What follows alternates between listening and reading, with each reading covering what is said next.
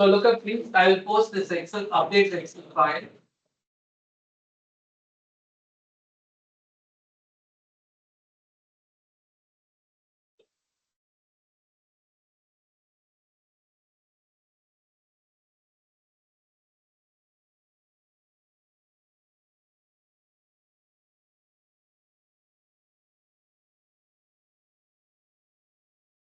Okay, so we have time, iteration number. Don't pay attention to the analytical, which we'll deal with separately.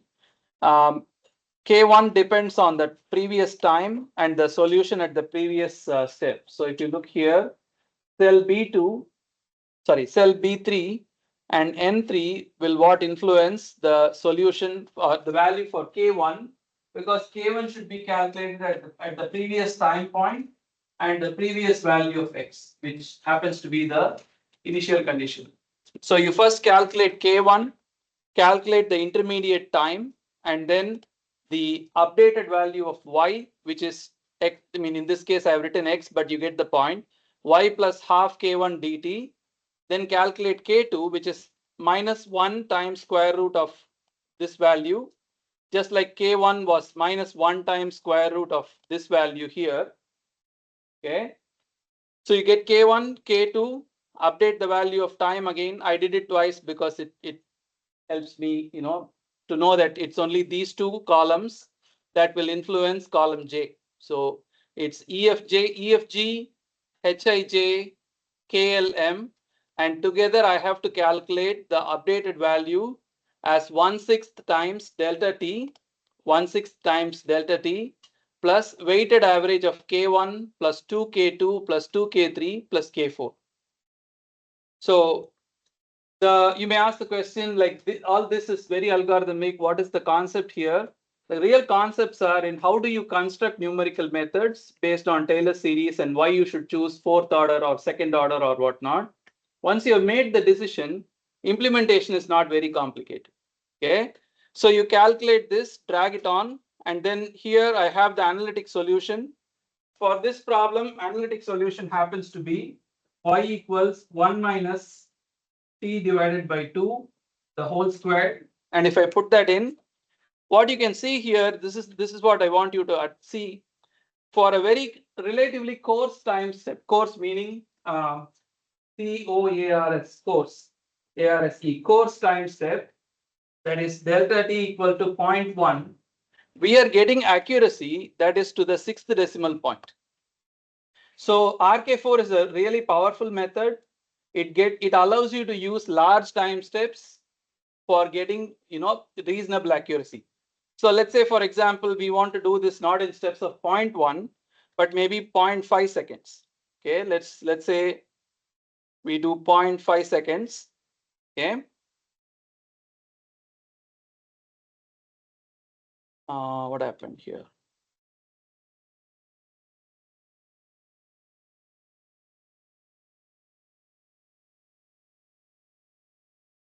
Why did this turn out negative? K3.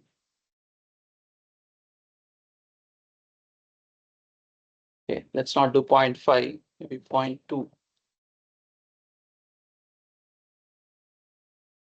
Never mind. So it gets us better accuracy. Okay, as you can see here, especially in this column. Now that you have this, maybe we can take a minute for you to complete your Excel sheet, and then let's do the hand calculation for just 2 iterations so that you can move on and we can see some more examples. Okay. So can you please do the first 2 time steps and check with these numbers, and then we'll move on. So you need to be getting 0.90 and 0.81 for the next 2 time steps.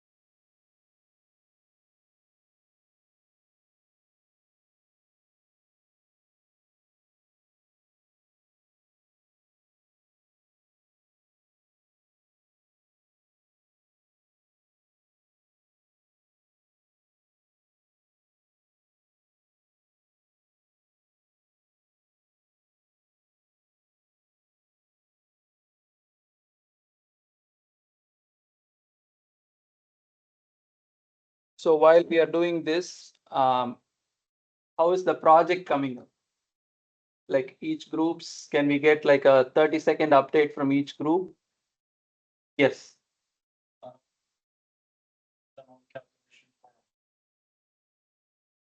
Filling out the report. Tomorrow will be working on making videos. Awesome. At the end of it, I'll talk about how many points I'm going to award for that bonus videos. So data collection done, analysis done. You are almost writing your report now. Fantastic. Yes. We collected all our data, we did analysis this week. Analysis. Okay. And deadline is, what's the deadline? Study. Study day midnight. Okay, 11:59 p.m. on study day, April 30th. Please upload everything by then. Okay. Let's not have any late submission. Who wants to go next?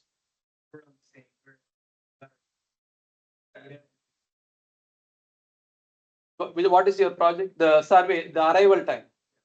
Okay. Yes. We're almost done collecting data and we're gonna start analysis and Data collection done. Okay, almost we're done. gonna keep using. Okay, like you are doing survey, right? So like mail-in ballots, you have to have a cutoff date. So go into analysis. Don't keep waiting for data. Yeah. Yeah, Sean. Data collection's done, we're got Analysis. Okay.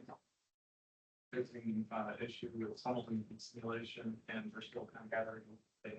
Experiment? This is for the seminar. No, I mean, is your experiment done? No, we're still collecting data and then I'm fixing a bug as a sim right now. Okay, but what about experiment? Yours is the billiard table, right? Did you do the experiment yet or not? So we are taking a look at pool tables from a top-down view, which is done using like professional pool games that have happened. Yeah. We're mapping out the X and Y position. Oh, you're taking videos from professional games? Yes, Awesome. because they already have a Lovely. top-down view. Love it. Yes. We did our experiment, collected our data last week. We're working on the analysis right now and also Can you remind me your project? the toy car and the ramp. The incline. Yes. Okay, got it. Okay, data collection done. Yes. Yes. Data collection's done, we're doing analysis. Okay, good. Then same group. Which group hasn't spoken yet? We got all the data, we're just on analysis now. Okay, We collect their data. analysis. Okay, Just finishing up section 2 to the. you're doing survey, right? So you're into report writing. Yeah. Who hasn't spoken yet? Everybody? Good, awesome. Good. So the last participation exercise, in which I asked for you to do the same problem with RK2, Euler, and RK4. In fact, if you had seen this Excel file, what you need is already in here. You just have to look at it, make sure everything is correct, and turn this back around as your submission. So I have done Euler, I have done RK2 here, I have done RK4 in a separate sheet.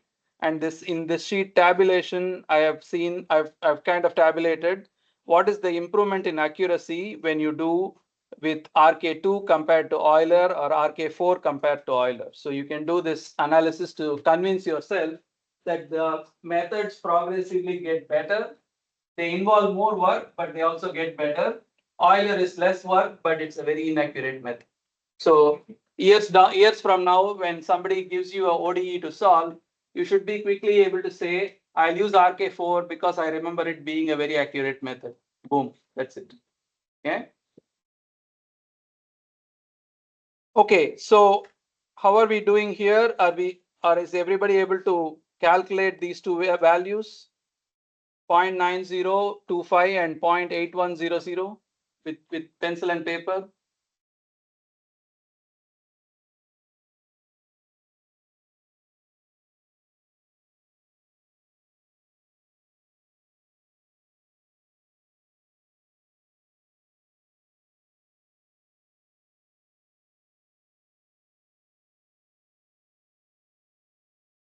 So the rest of today, I want to spend discussing some word problems, set up the problem and identify the ODE, and then assuming that you will take it home later, we'll just try to discuss 3 or 4 examples. Okay, just set it up and then you will solve it later. Yes. Yeah. The right side of the ODE, that is, we had dy over dt equals minus square root of y. That right side minus square root of y is what I call f of t comma y. Sometimes it can also involve time and y. Here it involves only y. You have to call the same function 4 times. That the reason I call it slope is it is dy by dt, the slope of y equal to that function. Are some of us at least getting these two numbers, 0.9025, 0.8100, these two numbers? Yes, no? Yes? Those who are trying? Okay. So there is no more like concepts here. It's just getting these numbers for every iteration. That's it. Okay. Okay, good. So then I would like to open the text and go over some examples. Sorry, go. Yes, Bradley. I'm sorry, so for the dy dt, are you plugging in, are we supposed to be plugging in, the ti of 0 or? Zero. That is everything from the previous time step. So everything that is in this row, that is everything is in, let's say, row 4, will only depend on what is in row 3, or everything that's in row 5 will depend only on 4. Nothing will depend on this particular value of time. It won't depend on the current time. That is, it won't depend on the time for which you are updating the solution. It will only depend on one step behind. Did you have a question?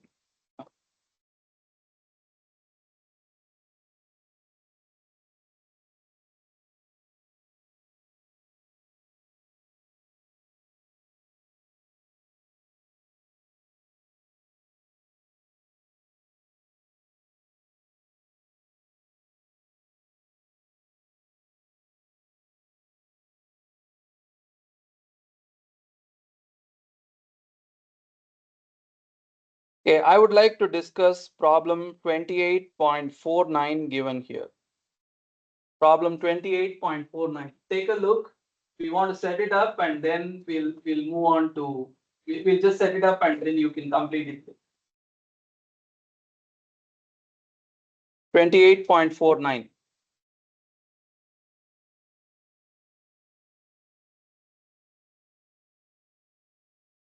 The dynamics of a forced spring mass damper system can be represented by the following second order ODE. The given second order ODE, if you notice here, is it linear or non-linear? Do you know what is a linear and a non-linear ODE? Yes, no. Can somebody say if it is linear or non-linear, these equations? Why? There is a second one. No, that doesn't make it non-linear. If this x cube term weren't here, the ODE is still linear. So what defines being a linear ODE and what is a non-linear ODE? So the exponent of x or dx over dt or d squared x over dt squared, any of those have an exponent other than 1, that is non-linear. Or if you have a product of x times dx dt or dx squared second derivative times the first derivative or any combination of products, that will make it non-linear. Just having everything once by itself will make it linear.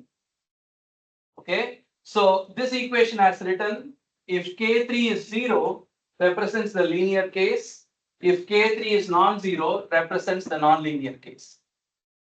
But the good news is, whatever be it, linear or non-linear, RK4 method works exactly the same way. There is no distinction in the way you implement the method.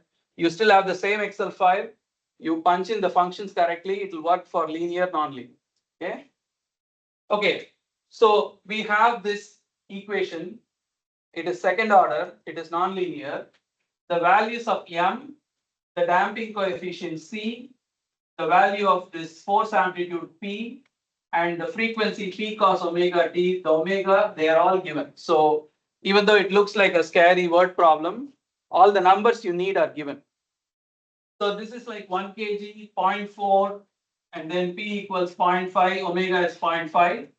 And we'll just look at the nonlinear case where K1 equal to 1 and K3 is 0.5. It has a restoring force that is both linear and has a nonlinear component.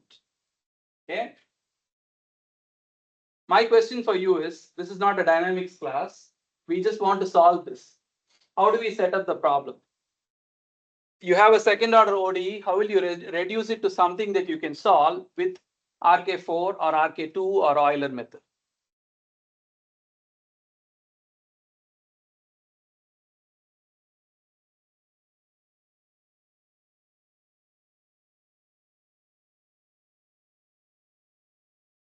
So I have written here, you may be asked any of the three methods and any of the three types of problems. And very unlikely that you will get just a first order ODE problem.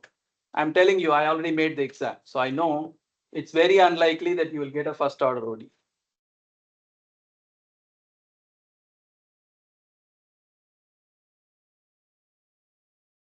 Question is, how will you reduce a second order ODE to a system of two first order ODEs?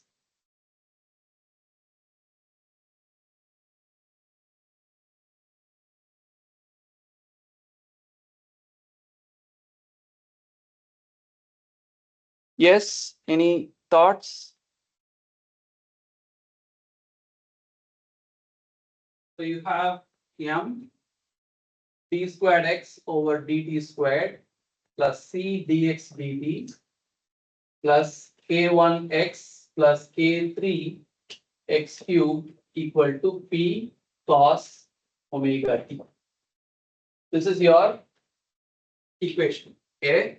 First thing you want to do is write this as d squared x over dt squared equal to p cos omega t minus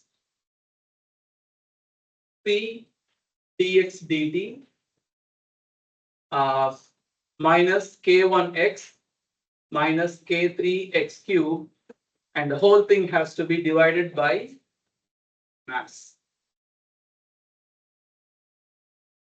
Okay, then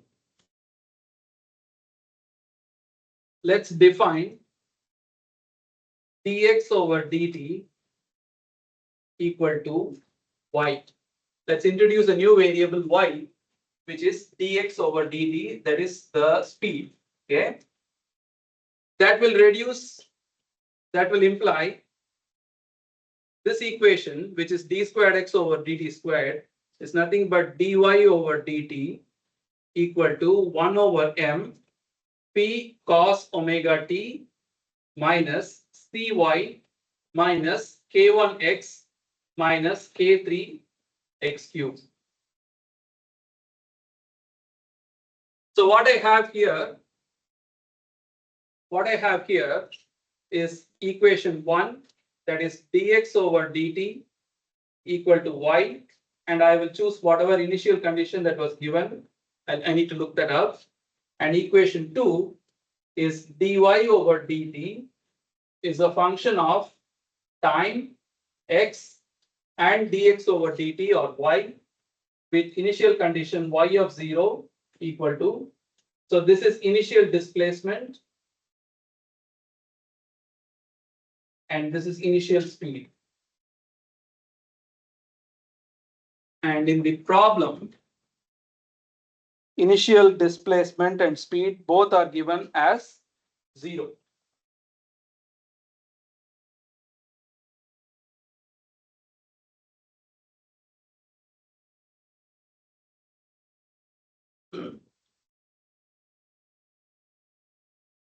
Now what do we do?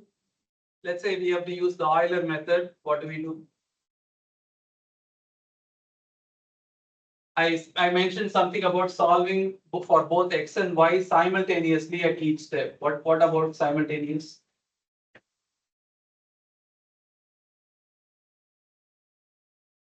So if I have time, okay, this is time 0, At time 0, both x and y are 0. X of t, y of t. Both of them are 0. Okay. So if you want to advance to the next time step, delta t, you will have to compute both x1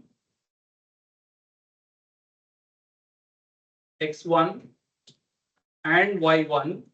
You have to solve both of them before you advance to the next time step and the next time step and so on. That's what solving simultaneously means.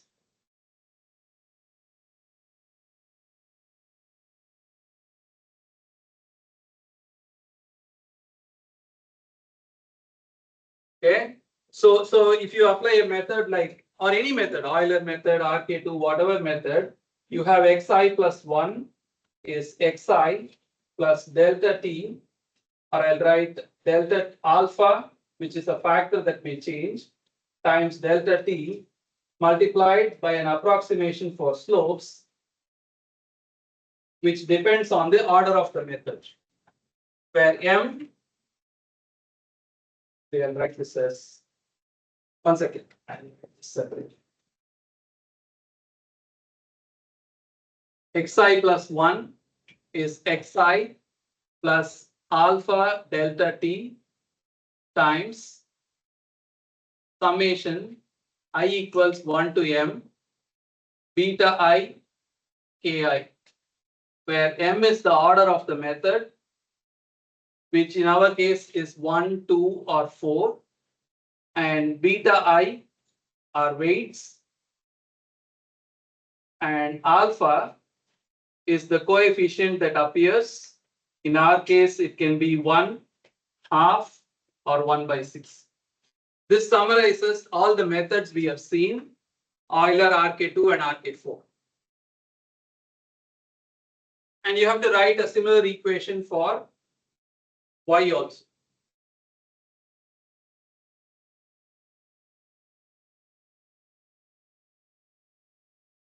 So the important thing that you are going to do is demonstrate that you have the understanding to split a second order ODE into two first order ODEs. What will happen if you had a third order ODE? Not that you will, but let's say in some situation you have to. What do you do then? How do you extend this to third order differential equations?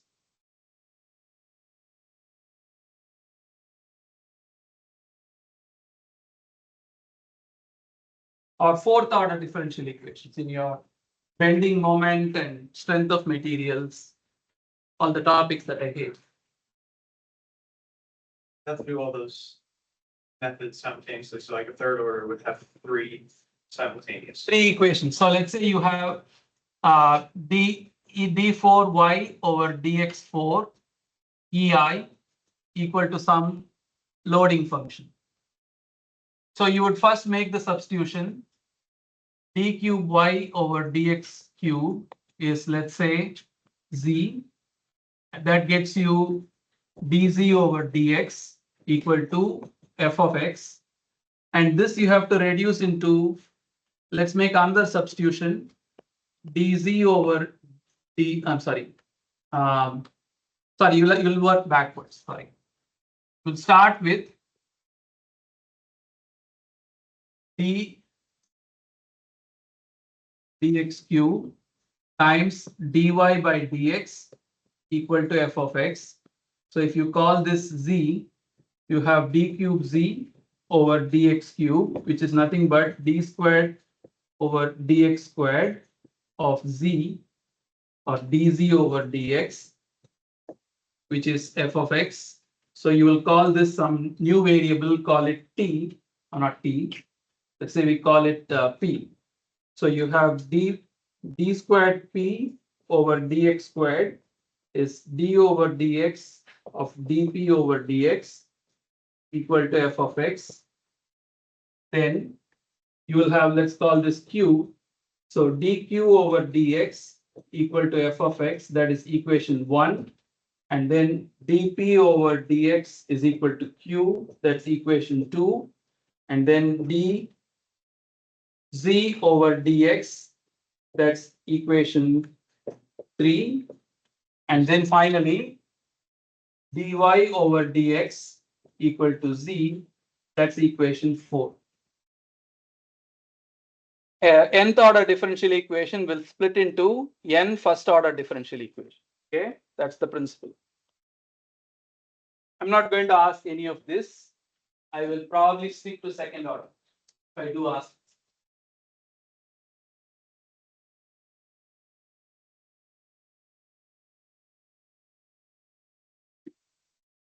So the value of the K1 and K2 for RK2 and RK4. It's not. RK2 is simply K1 plus K2, meaning the value of beta I is 1 for RK2. For RK4, it is 1, 2, 2, 2, 1. That is, you multiply K1 plus 2 K2 plus 2 K3 plus K4. So beta I values vary. This is just a way for you to remember this. In my cheat sheet, I would just write down the three methods: Euler method, RK2 method, RK4 method. But I will provide the method. If I am asking you any of these three methods, I will provide that method. You should know how to use it. That's all. Okay, good. Doing good on time. Let's discuss. Any questions on this before we discuss another problem? For what? The weights. So weights, that is for Euler method. I mean, I can go into this. I didn't want to. For Euler method, you only have one weight. Beta 1 is 1. For RK2, you have beta 1 equals beta 2 equals 1. For RK3, beta 1 equals beta 4 equals 1. Beta 2 equals beta 3 equals 2. That's it. If you remember these weights and you remember this general formula, you got three methods kind of in compact. So beta 1 equals beta 2 equals 1, the whole beta 2 equals beta 3 equals 4, and 2. I'm just summarizing that formula into this notation. You can later compare it and see. In the half an hour I want to discuss another 2 or 3 problems.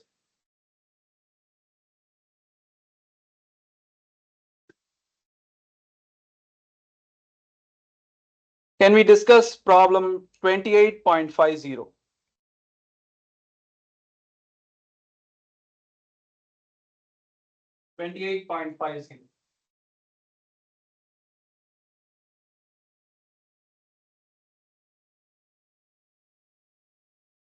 The differential equation for the velocity of a bungee jumper is different depending on whether the jumper has fallen to a distance where the cord is fully extended and begins to stretch.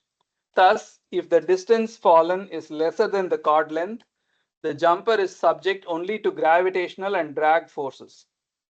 Once the cord begins to stretch, the spring and dampening forces of the cord must also be included. These two conditions can be separately expressed by the following equations. So for as long as x is less than L, the problem is described by the above top equation, and if x is greater than L, the problem switches to the bottom equation. It's kind of a weird problem.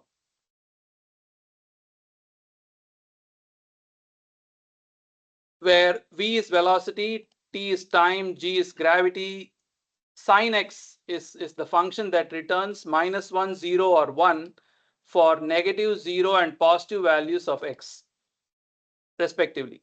CD is the second order drag coefficient, m is mass, k is spring constant, gamma is damping coefficient, and L is cord length. Determine the position and velocity of the jumper given the following parameters, that is values for all these quantities. Perform the computation from t equals 0 to 50 seconds and assume that initial conditions are x of 0, v of 0 is 0. So tell me the critical step where you turn this problem, or how would you solve this problem if you just want to solve only for velocity? How will you solve this problem if you want to solve for both velocity and position of the jumper?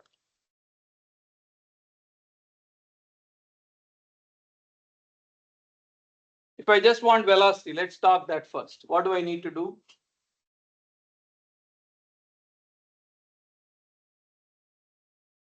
Just take this equation for V. It just has two functional forms depending on what the value of x is, and I can solve it. Except the catch is, even if I say I care only about the velocity and not about position, the functional form itself depends on position. So without knowing position, I can't even choose which function to use. That makes sense? So then how do you reduce this, or how do you set up this problem?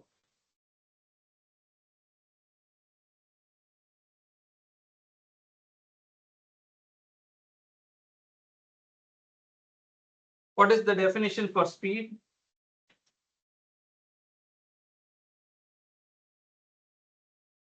So if we have dv over dt,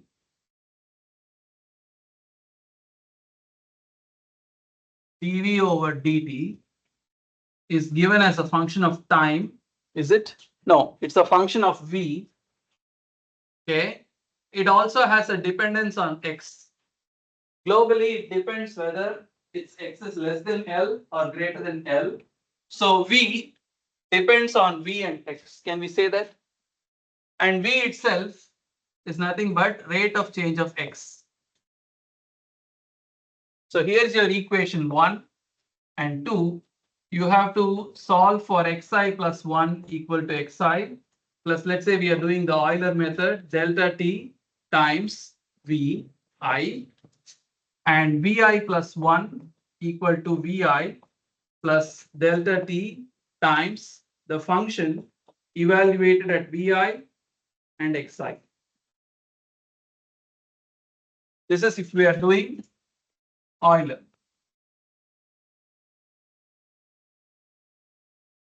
So the problem as worded will be just given to you. You would of course be able to write this out because this is given. What we are really looking for is, are you making this extra leap? That's what is the critical step in order to solve this problem with the methods we already know. So once you are able to get the velocity and position as a function of time, you can draw curves for both. So this could be x of t and this could be v of t. Okay.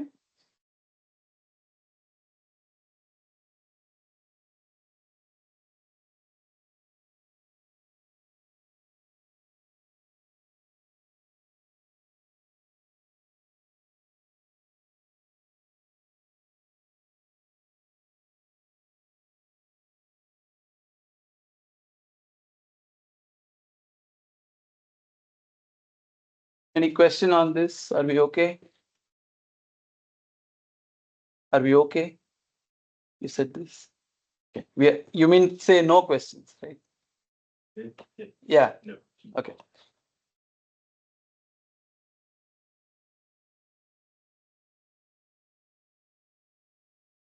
If you are okay with that, I would like to discuss this problem 28.46. And see, again, 28.46 is a nonlinear problem for two reasons. One is there is x cube, and the other is there is a product of velocity times speed. So it's nonlinear for two reasons. Okay, and quite frankly, in numerical methods are built for nonlinear problems.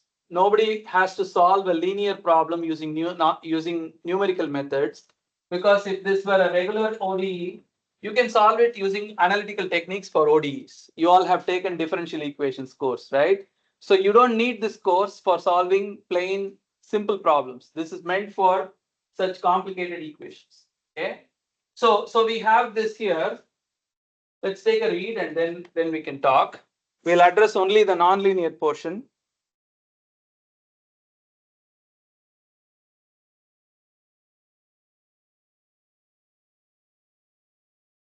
The following ODE describes the motion of a damped spring mass system, m times the acceleration plus a times the product of speed times velocity plus dx cube equal to 0. The reason I use word speed and velocity separately is because the absolute value of dx over dt is speed. It has no sign, whereas dx over dt can have negative or positive sign. Okay.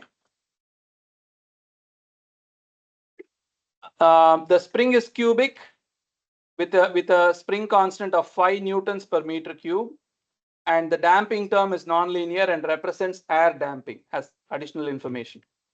Solve this equation using a numerical method over the period 0 to 8 seconds. Plot the velocity and displacement versus time, and plot the phase plane portrait, that is velocity versus displacement, for all the following cases. Okay. Let's just discuss how you will set it up. It's very similar to the problem we saw here, except now we have a slightly different form. We have m times d squared x over dt squared plus a dx over dt magnitude times dx over dt plus b times x cube equal to 0. So you would have d squared x over dt squared equal to minus a divided by m times speed times velocity minus b divided by m times displacement q. Same logic, have a new variable defined as dy over dt, which means we are going to get minus a over m absolute value of y times y minus b over m x cube. Nothing else changes after that. It's the same problem with slightly different force terms.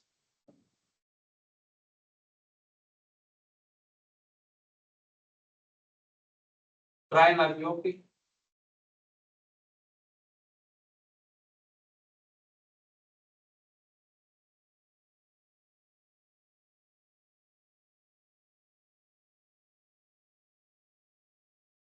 Let's do a system differential equation. Okay.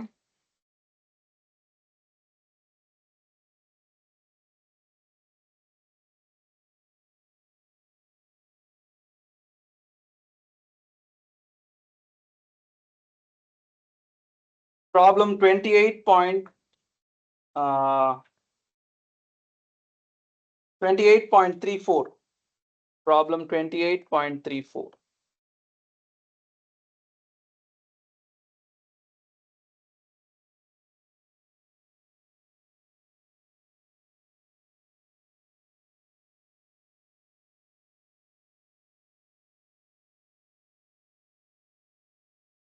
Please take a look. Following ODEs have been proposed as a model of an epidemic where there is a quantity called uppercase S, uppercase I and R, and they all have interdependencies. That is, the evolution of S, ds over dt depends on both S and I. The evolution of I depends on again S and I, and the evolution of R depends on I. Okay. Of course, the problem continues on to asking you to solve for very specific situations where these parameters a and lowercase r take different values. But my question for you is, how will you set it up as a numerical problem? What do you need to do here?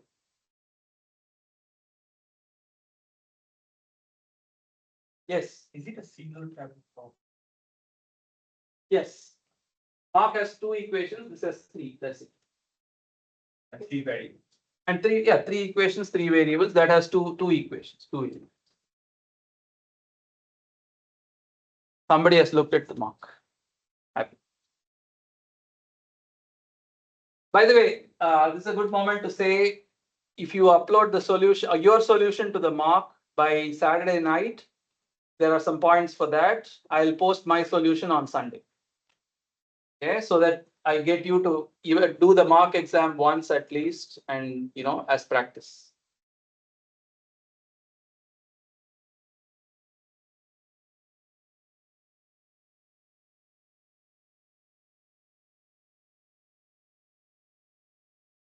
Yes. Will the question in the exam also be a word? I don't. I have poor memory.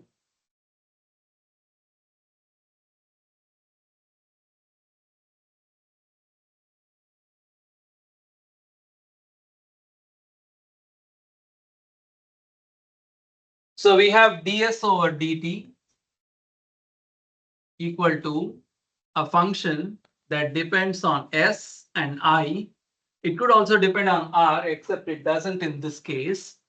And then we have di over dt, a function that depends on again s and I. And then dr over dt, which happens to depend only on I. Correct? Yeah. Okay. So to advance the solution, advance S, I, and R simultaneously. So you would have Si plus 1 equal to Si plus alpha delta t times I equals 1 to m beta I ki, and this is for S. Okay. Yeah. And then I plus 1 would have the same form, II plus alpha delta t I equals 1 to m beta I for I. Sorry, beta I is always the same. It's k that will change for each variable. And then Ri plus 1 is Ri plus alpha delta t.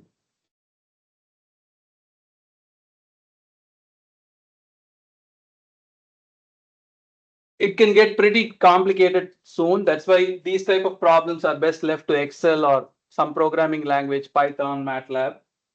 But for the exam, if I ask, I will ask only 2 equations, not 3. Okay.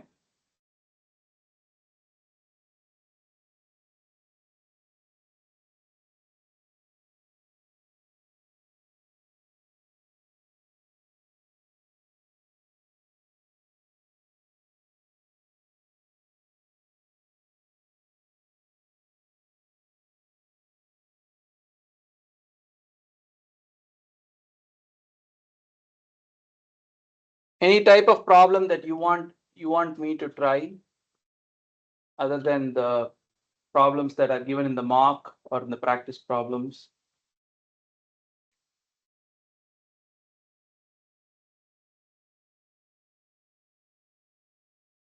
So here's some feedback I want from you guys. Before Chat GPT, that is pre-2021, I've taught this course 2 or 3 times, and I used to have a programming component. That is, whatever you do as participation exercise now used to be programming. I'll assign code development. People will implement Newton-Raphson or RK4 or 1/3 trapezoidal rule. They'll write their own MATLAB program and then do the numerical problems in the book using their code, generate a bunch of results. They don't have to do hand calculation. 30% of the course used to be programming. As in an abundance of caution against AI, I just retreated and said everything will be on paper and you will do it in class and submit you to get credit. I just assume that when given free will, people will just use AI and not do the work. If you have any suggestions how to get people to do programming but not use AI and give the right incentives for that, I would like to hear that. How do I find middle ground? Honestly, I couldn't. That's why I had to retreat.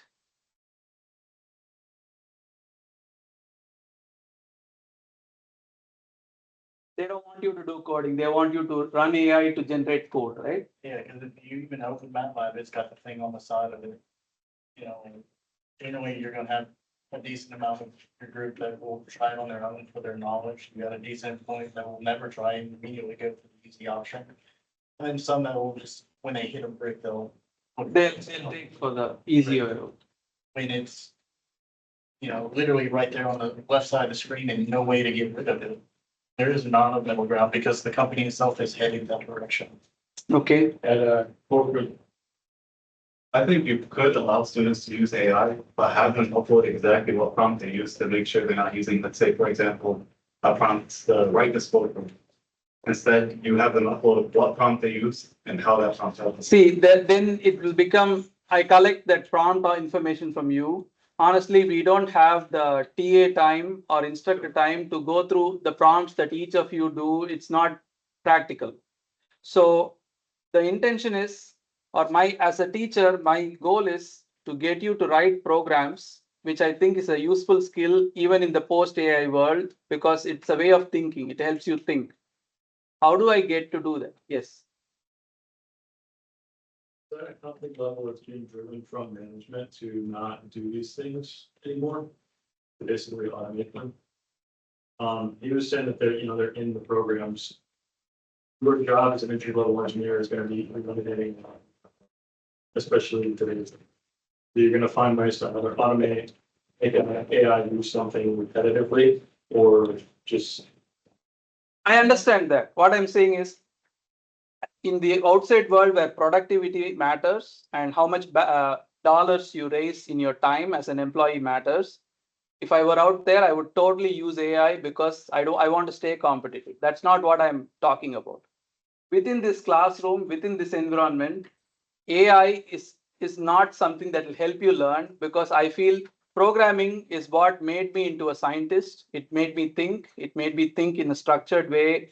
Debugging is a useful skill to have, whether you're debugging your house plumbing or a circuit or a code. Debugging is an important skill. So how do I get you guys to do the right work?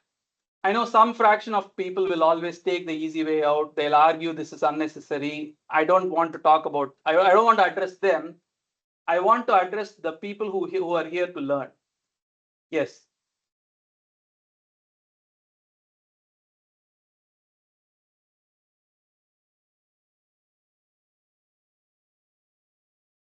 Okay. Instead of going through this piece by piece and hand by hand, we just kind of. Like everybody's gonna be missing some small part of the information. You have the ultimate solution, you know how to program this in Excel. But at the end of a class period, we should have an Excel spreadsheet that we've set up. With feedback from the person to our left, the person to our right, and ultimately from you to get the correct answer. So it should have dependencies all along, so that only if all of us It's get the not- pieces right. It's not dependencies or a collaborative effort with everybody referencing each other instead of downloading an Excel sheet.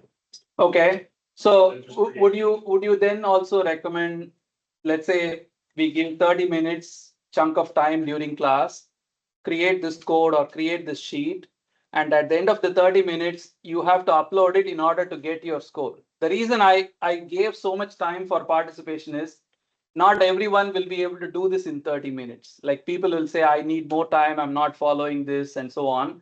How strict should I make the scoring part of it? Should I keep it lenient, or should I say 45 minutes, upload it or lose it? Should I go that far? Yes. I don't think it really matters, but AI can do it like less than 5 minutes. I don't care what AI can do. I made my point. We want to teach you programming because it's a skill to have. If you don't want the skill, that's up to you. Yes, I'll come. If you do it like you do the Excel sheets where you're making it in class and telling us to follow along, I think 30 minutes is fair if you're medium on the grading. Because I think another part of the participation, I thought you did it for attendance. Yes. And when you eliminated that component, a lot less people started showing up. See, I did it for attendance initially, but later what I realized is there is some learning that people can do if they really follow through, and that requires time. So I started giving 2 days or 4 days and so on. And I'm okay. I'm okay with this bunch who shows up. I don't care about the people who don't show up. Yes. So what I was gonna say was kind of what Sean said, if you're helping us set up the Excel sheet in class, and then, you ask us, hey, is anyone not done? People can then give you feedback and then raise their hand and say, oh, I need a few more minutes. And then once they're done, we can then close the assignment and that's it. Not even that they're done, because like if they're not done, then there's something that they're missing in the Excel spreadsheet that they can ask. Yeah. Right. I can give time until midnight of that day. Like finish lecture in the afternoon. You'll give time until midnight, tie the loose ends, turn it back. That's okay. So you guys are saying do it in class, upload it in class mostly, and that's one way to do programming. That'll work for if you're just trying to implement, let's say, trapezoidal rule, just a very small portion.